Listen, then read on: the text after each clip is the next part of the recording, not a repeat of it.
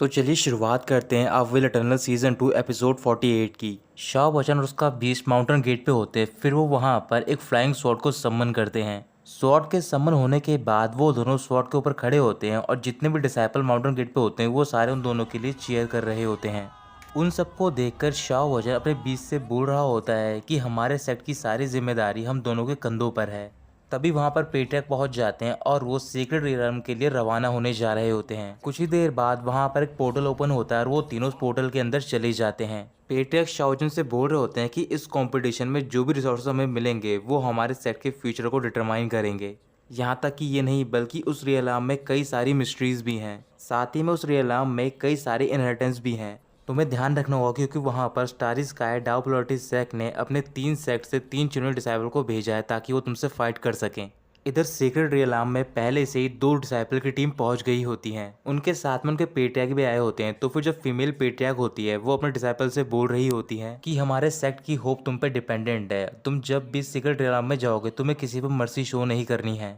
इन 1000 सालों से दोनों सेक्ट हमसे काफ़ी आगे हैं। इस वजह से हमें कम्पीट करना होगा ताकि हम सेकंड लार्जेस्ट पोजीशन हासिल कर सकें मिडिल रीच में। तभी वहाँ पर पेट्रियार्क शाओ वचन और उसका बीस्ट पहुँच जाते हैं। जैसे जैसे वो तीनों आगे की ओर बढ़ रहे होते हैं जितने भी डिसाइपल वहाँ पर होते हैं वो उनको देखकर बोल रहे होते हैं कि सिर्फ ये यहाँ पर एक पर्सन के साथ आए हैं। तभी उनमें से एक डिसाइपल कह रही होती है कि मिडिल लेवल के सेक्ट ने सिर्फ एक ही पर्सन को भेजा है यहाँ पर फाइट करने के लिए। क्या बाकी सारे डिसाइपल वहाँ पर डेकोरेशन के लिए रखे गए हैं? वहाँ पर एक और डिसाइपल होता है जिसका नाम होता है चेन यूशान। चेन यूशान शाओजन के बीच के पास जाकर बोल रहा होता है कि ये तो बहुत ही अच्छी बात है, तुम अपने साथ में एक डॉग लेकर आए हो। शाओ वचन चेन यूशान को देखकर अपने मन में कह रहा होता है कि तुम मुझे गुस्सा दिलाना चाहते हो लेकिन ये छोटी ट्रिक मुझ पर काम नहीं करेगी। तभी जो पहली डिसाइपल होती है वो शाओजन से कह रही होती है कि अगर इसके अकॉर्डिंग देखा जाए तो फिर तुम्हें काउंट किया जाएगा 1.5। ये सुनकर सारे डिसाइपल शाओजन पे हंस रहे होते हैं। शाओजन को गुस्सा आ जाता है लेकिन वो शो नहीं करता। फिर वो अपने मन में कह रहा होता है कि ये सारे लोग मुझे जानबूझकर टारगेट कर रहे हैं और मैं देखना चाहता हूँ कि इनके पास और कौन कौन सी ट्रिक है। चैन यूशान शाओजन के पास जाता है और कह रहा होता है कि अगर स्काई रिवर कोड कमज़ोर नहीं होता तो फिर तुम्हारा सेक्ट मिडिल रीच तक नहीं पहुंच पाता। वैसे भी तुम क्वालिफाइड नहीं करते हो कि तुम मिडिल रीच की इतनी ब्यूटीफुल सीनरी को देख पाओ। शाओजन कह रहा होता है कि ये तो मेरी किस्मत की बात है कि मैं यहाँ पर आ पाया और इतने ब्यूटीफुल नज़ारे को देख पा रहा हूँ। फिर चैन यूशान गुस्से में कह रहा होता है कि तुम्हारे पास तो राइट नहीं है कि तुम मेरे सामने खड़े भी हो सको।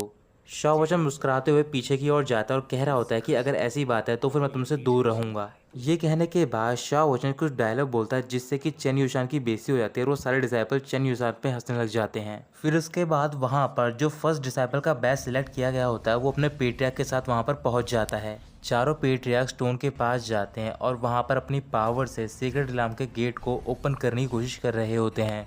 जो स्टोन पावर सक कर रहा होता है वो शाइन करना स्टार्ट करता है और उसके चारों ओर 4 स्टोन होते हैं और वो चारों जमीन पर गिर जाते हैं। चैन यूशान गुस्से में कह रहा होता है कि शाओवचन जो तुमने मेरी बेइज्जती की है उसका हिसाब तुम्हें सीक्रेट रियलम में देना होगा, वो भी 2 गुना। शाओवचन अपने बीच के साथ काफ़ी पीछे होता है और वो उससे बोल रहा होता है कि जब ये गेट ओपन हो जाएगा तो फिर सिर्फ तुम मुझे फॉलो करना। ये कहने के बाद शाओवचन को पेट्रियार्क की बात याद आ रही होती है। रियलम में जाने से पहले पेट्रियार्क ने शाओवचन से बोला होता है कि अगर तुम्हारी जान खतरे में हो तो फिर तुम सीक्रेट रियलम से बाहर निकल आना, तुम्हारा फ्यूचर ज़्यादा इंपॉर्टेंट है इन सारी चीज़ों से। इधर जहाँ पर वो स्टोन गिरे होते हैं वहाँ पर एक फॉर्मेशन ओपन होती है और वो सारे डिसाइपल फॉर्मेशन के अंदर चले जाते हैं। सीक्रेट रियलम में पहुँचने के बाद पेट्रियार्क सबसे कह रहे होते हैं कि इस कंपटीशन की 2 स्टेज हैं। एक दूसरे को मारना और रिटच करना अलाउ नहीं है इस पूरे प्रोसेस में। जिसके पास सबसे ज़्यादा स्टैम्प होगी वही ये कंपटीशन जीतेगा। और सबसे पहला राउंड है रेसिंग कंपटीशन। इसमें जो पर्सन इस पूरे राउंड को पार करके 20th गेट की एक्सरसाइज को ओपन करेगा वही इस राउंड का विनर होगा। इसे सुनकर जो चैन यूशान के साथ में डिसाइपल होते हैं वो कह रहे होते हैं ये तो बहुत ही आसान है, हम आसानी से ये चीज़ पार कर लेंगे। इसके बाद तीनों बैच के डिसाइपल निकल पड़ते हैं आगे की ओर। वो तेज़ी से आगे जा रहे होते हैं तभी अचानक से उन्हें एक ऑरा फील होता है और वो सारे अपने आप ही नीचे गिर जाते हैं। डिसाइपल कह रहा होता है कि हम यहाँ पर उड़ नहीं सकते हैं, शायद हम अपनी फिजिकल बॉडी की स्पीड से कॉम्पीट कर सकते हैं। ये कहकर वो आगे की ओर बढ़ते हैं तभी ज़मीन के अंदर से बहुत ही बड़े वेपन निकलते हैं और वो उनकी बॉडी के अंदर घुस जाते हैं। वो काफ़ी ज़्यादा शार्प होते हैं, इसी वजह से उन डिसाइपल की वहीं पर मौत हो जाती है। ये देखकर चैन यूशान काफ़ी सरप्राइज हो जाता है और वो कह रहा होता है कि जो पहले ट्रैप की पावर है उसे हम जिंदान लेवल से कंपेयर कर सकते हैं। तभी जो फर्स्ट बैच के डिसाइपल होते हैं वो अपने चारों एक फॉर्मेशन सेटअप करते हैं और आसानी से आगे की ओर बढ़ रहे होते हैं। शाओ वचन पर बीच के साथ पीछे बैठा हुआ होता है और वो ये देखकर कह रहा होता है कि चलो हम दोनों फर्स्ट प्लेस के लिए कॉम्पीट नहीं करते हैं, हम सिर्फ इन्हें शांति से फॉलो करेंगे। फर्स्ट बैच के डिसाइपल जैसे जैसे आगे की ओर जा रहे होते हैं तभी वहाँ पर जो ट्रैप होता है वो ट्रिगर हो रहा होता है। वो सारे वेपन पर अटैक कर रहे होते हैं लेकिन ज्यादा कुछ असर नहीं होता इस फॉर्मेशन की वजह से। उन्हें देखकर दोनों बैच के डिसाइपल फॉर्मेशन सेटअप करने लग जाते हैं। तभी एक डिसाइपल बोल रहा होता है कि हम शाओ वचन उसके बीच को यहीं पर छोड़ दें। फिर जो उनकी लीडर होती है वो उनसे कह रही होती है कि उसे तुम यहीं पर छोड़ दो क्योंकि वो एक वेस्ट है।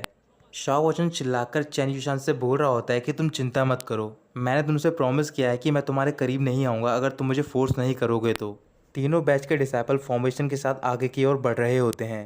थोड़ी देर तक उन्हें देखने के बाद शाओ वचन कह रहा होता है कि चलो अब हमें भी प्रिपेयर हो जाना चाहिए। ये कहने के बाद शाओ वचन अपने शूज़ उतारता है और अचानक से वहाँ से गायब हो जाता है।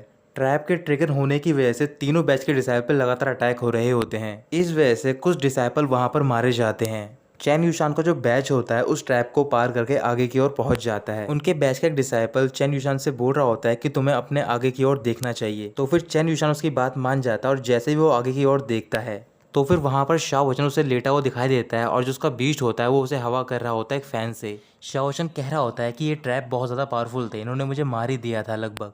चेन युशान गुस्से में कहता है कि तुम्हारे एक्टिंग स्किल बहुत ज़्यादा टेरिबल है और ये कहकर वो डायरेक्टली उस पर अटैक करता है।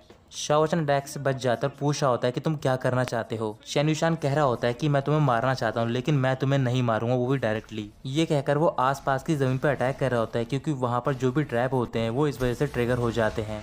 शाओ वचन इधर उधर भाग रहा होता है और सारे वेपन उस पर अटैक कर रहे होते हैं लगातार। कई सारे वेपन शाओ वचन पर लगने वाले होते हैं तभी शाओ वचन का पैर शाइन करता है और वो जंप करके ऊपर की ओर चला जाता है। चेन युशान ये देखकर बोल रहा होता है कि वो अपनी फ्लाइंग पावर का यूज नहीं कर रहा बल्कि अपनी फिजिकल ट्रेनिंग का पावर का यूज कर रहा है। जैसे जैसे ये ट्रैप उस पर अटैक कर रहे हैं वो एयर को अपने पैरों के थ्रू काट रहा है और ऊपर की ओर जा रहा है। ऐसा ही करके शाओ वचन आगे की ओर निकल जाता है और एक जगह पर जाकर रुक जाता है। तभी जो दूसरे बैच की डिसाइपल होती है वो उस पर अटैक करती है। शाओ वचन बच जाता है। फिर वो लीडर अपने डिसाइपल से बोल रही होती है कि सारे मिलकर तुम शाओ वचन को रोको। शाओ वचन आगे की ओर भागता जा रहा होता है तभी एक ट्रैप ट्रिगर हो जाता है और वहाँ पर कई सारी रूट आकर शाओ वचन और उसके बीच को जकड़ लेती हैं। चेन युशान अपने बैच के साथ वहाँ पर पहुँचता है और शाओ वचन से कह रहा होता है कि अब तुम्हें स्ट्रगल करने की कोई जरूरत नहीं, वैसे भी तुम मरने वाले हो। ये कहकर वो अटैक करता है। अटैक की वजह से वहाँ पर बहुत सारा स्मोक आ जाता है। स्मोक के हटने के बाद शाओ वचन की बॉडी शाइन कर रही होती है और उसके ऊपर एक बहुत ही बड़ा पाम होता है स्टेम का। शाओ वचन कह रहा होता है कि तुम मुझ पर लगातार अटैक कर रहे हो, क्या तुम्हें वाकई में लगता है कि मैं तुमसे डरता हूँ। ये कहकर वो आसपास की जगह पर अटैक करता है ताकि वहाँ पर जितने भी ट्रैप होते हैं वो सारे ट्रिगर हो जाएं। चेन युशान गुस्से में आकर वो शाओ वचन पर अटैक कर रहा होता है। शाओ वचन अपने स्टेम के पंच से उस अटैक को रोक रहा होता है और वो देखता है कि उसके आगे फर्स्ट बैच के डिसाइपल जा रहे होते हैं अपनी फॉर्मेशन के साथ। फिर वो मुस्कुराकर अपने बीच से बोल रहा होता है, क्या तुम एक डिजास्टर देखना चाहते हो।